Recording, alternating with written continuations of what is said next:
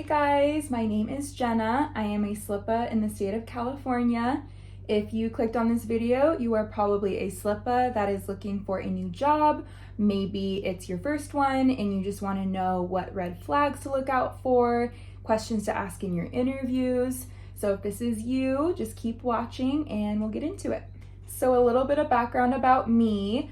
I have been working as a SLPA for 3 years now. I've had my fair share of interviews and experiences when I didn't really listen to the red flags and I went through with it anyway, and I figured out, oh, these are bad things that are happening. So I'm going to share those red flags with you. So hopefully this video will help you feel more prepared as you're going into the interview process, and you're covering all of your bases as well, because remember that they're not just interviewing you, you are also interviewing them, and you have your values, you have your needs, and you need to be valued as an employee, the very least. So just keep watching and I'll do a full breakdown. We're gonna start with red flags. So red flag number 1 is no interview. And this just signals that maybe they're desperate for workers and they're not really taking much consideration into who is joining their team. There could be a few factors. It could be that they're just a really big company and they just want more and more therapists. And that's also a sign that they don't have a lot of, I'll say, strong values. They just kind of want more employees. So it's more of like a business model than it is really for the therapy part of it. This also signals that there could be a high turnover rate. So they're just wanting to bring new people in as soon as possible because there's a bunch of people leaving. And in my case, that was exactly what was happening when I was going through the onboarding. They didn't really give me an interview and I thought, this is really weird. I had this gut feeling like maybe this isn't right, but I was like, I kind of have to do this right now. At the time it was only a remote job and I needed that. So I was like, okay, I'm just gonna take this job and we'll see what happens. And it turned out it was not the best job. It could have been a lot better, but I could just see exactly why they couldn't retain employees. So something to consider. Red flag number 2 is about supervision. If you ask about how much supervision you're going to get and they can't clearly answer that question, they even straight up tell you, oh, that your supervisor won't be around a lot, then you need to find another job, because as a SLPA, you are required to have a supervisor that is actively working with you. It's not super realistic that they're going to be with you all of the time, but you do need somebody that you can ask questions to and that will help guide you, especially if you are a brand new therapist. You need guidance. So if they can't give that to you, I would move on, unfortunately. With my remote job particularly, I had a bad experience with my supervisor. I asked the company if I could get her contact information so I can touch base with her, connect. And I didn't get that information until like maybe 2 weeks into my employment. And I thought to myself, this just is not right. I feel like we should have touched base on like day 1. And yeah, it just didn't feel right. And it continued into my employment where I felt like I was annoying my supervisor asking questions, and it should not be like that. It should be a welcoming environment. You should not feel scared to ask questions. You shouldn't feel like you're bothering them. They should maybe proactively be setting up meetings with you or something, just so you can communicate like, hey, I need help with this kid, or hey, I have a question about this kid, or her just checking up on you like, hey, how's it going? So I didn't really have that at that job. I've had luck with being able to compare this bad experience with a lot of good experiences though. So just want to share that with you guys. Red flag number 3 is not a personal one, but unfortunately it does happen. is if they describe your duties as doing things outside of your scope of practice, like doing evaluations, scoring them, just doing things that an SLP would normally do. You are not legally allowed to do that. So if they start disclosing that information to you, I would just back out immediately, because they know that that's not right and they should not be doing that. So run away. Red flag number 4 is high caseload and no documentation or prep time. Initially, this might not seem that big of a deal, especially if you have not experienced what it's like to have back-to-back kids all day long. It leads to burnout really fast, and you do need that time for documentation during your time at the office.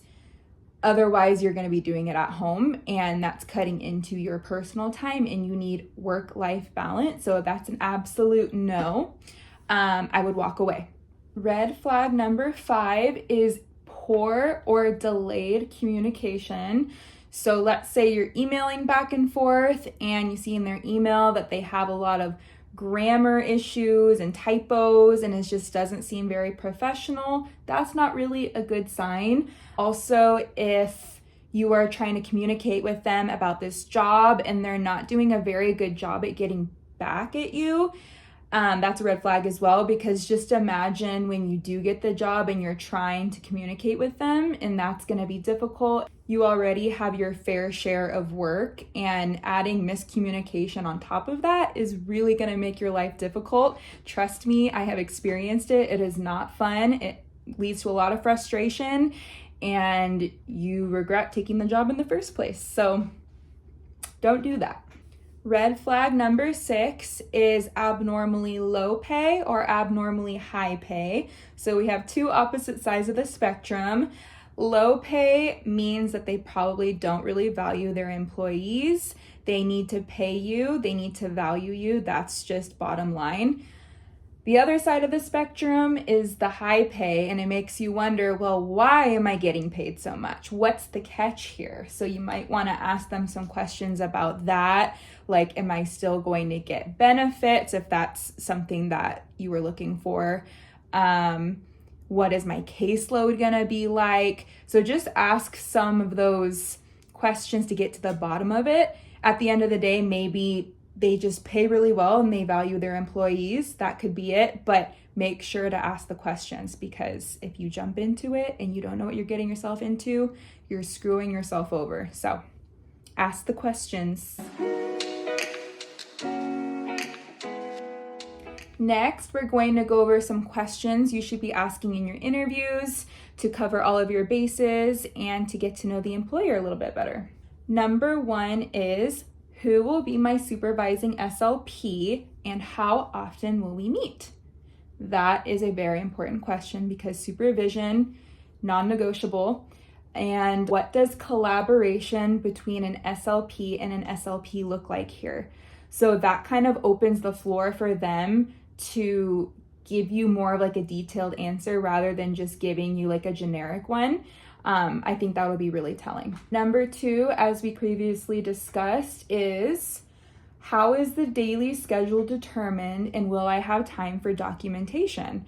So a lot of the times when you work in a clinic, the front office or administration, whoever, will make the schedule for you. So it's important for you to know like what it's going to look like throughout the day. Are you going to have back to back kids and no time for documentation? Or are they going to allocate you maybe 30 minutes at the beginning of the day, 30 minutes at the end of the day? It's really important to have some documentation time or prep time, because it's actually doing a disservice to the kids and you, because you'll burn out. And when you're burnt out, your creativity is at an all-time low, and maybe you don't have enough energy to give to your kids during the sessions.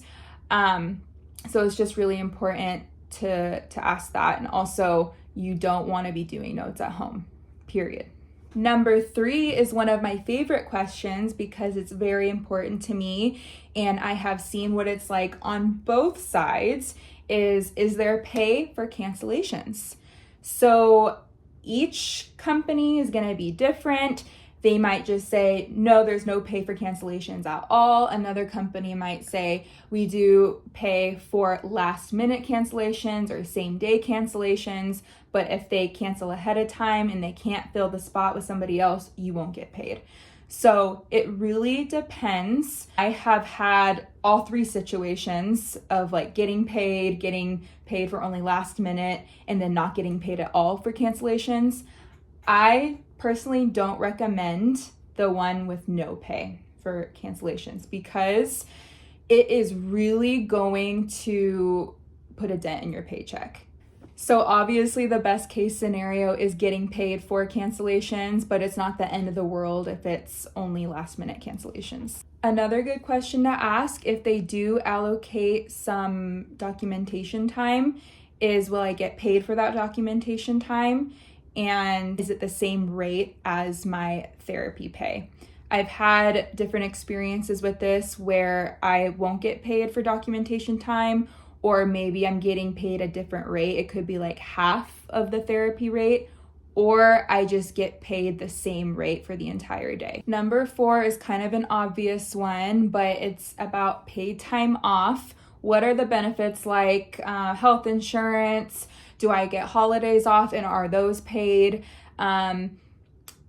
These are to each of their own. You have your own things that you need. Maybe you're married and you don't really need health insurance, or maybe you're single and you really do. Maybe you need to get paid for holidays because you have rent to pay, or maybe you don't really care too much about that. So it's really specific to your situation. For me, those things are important to me. I want the health insurance, I want the paid holidays, and I want the paid time off. Some companies may not have the paid time off.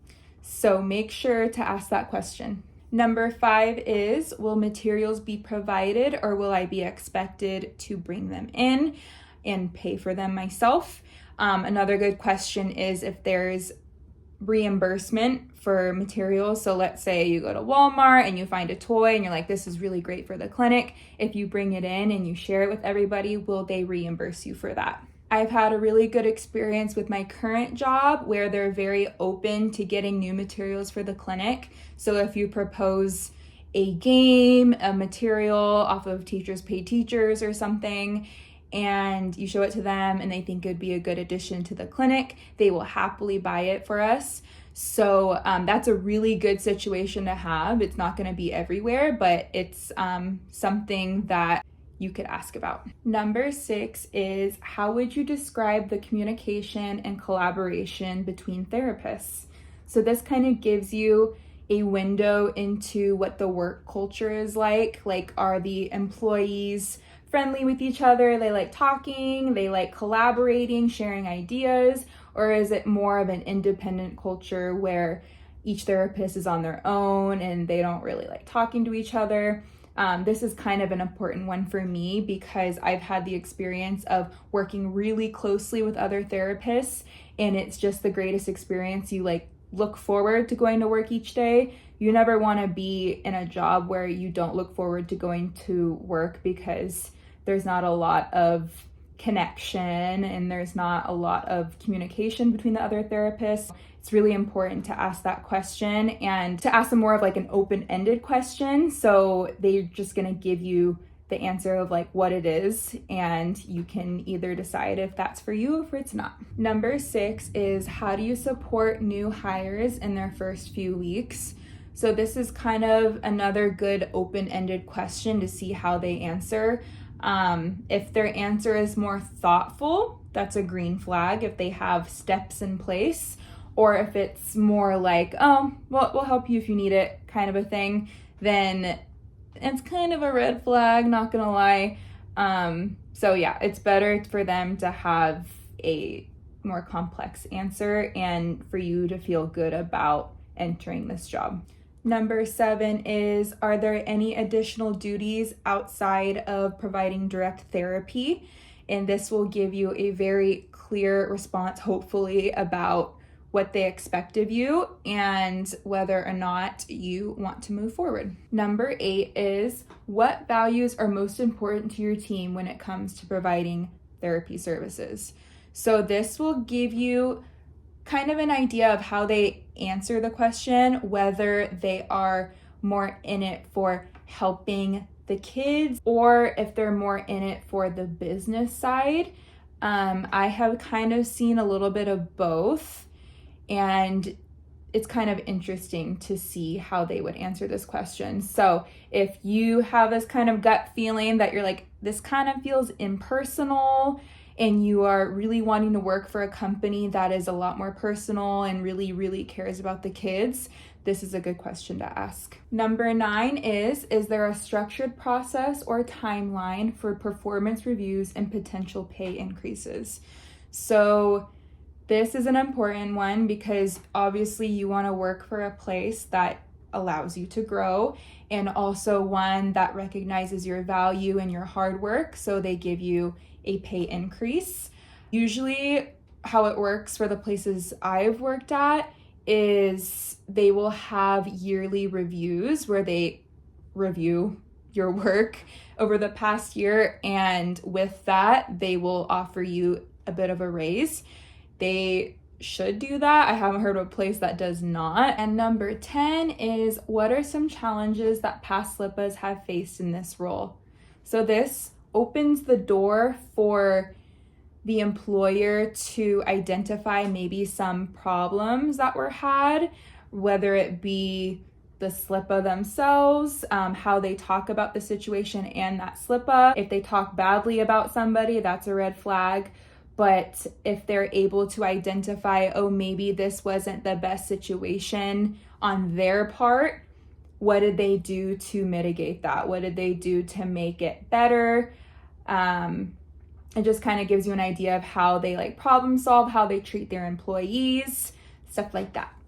That is all of the questions and red flags that I have for now. So hopefully this has helped you a little bit, has made you feel more confident, more prepared for your interview, know exactly what to look for, and let me know down in the comments if this has helped you out, or give me a like so I know whether or not to continue these videos. I wish you luck on your endeavors, and I hope that you find the job that you've been looking for.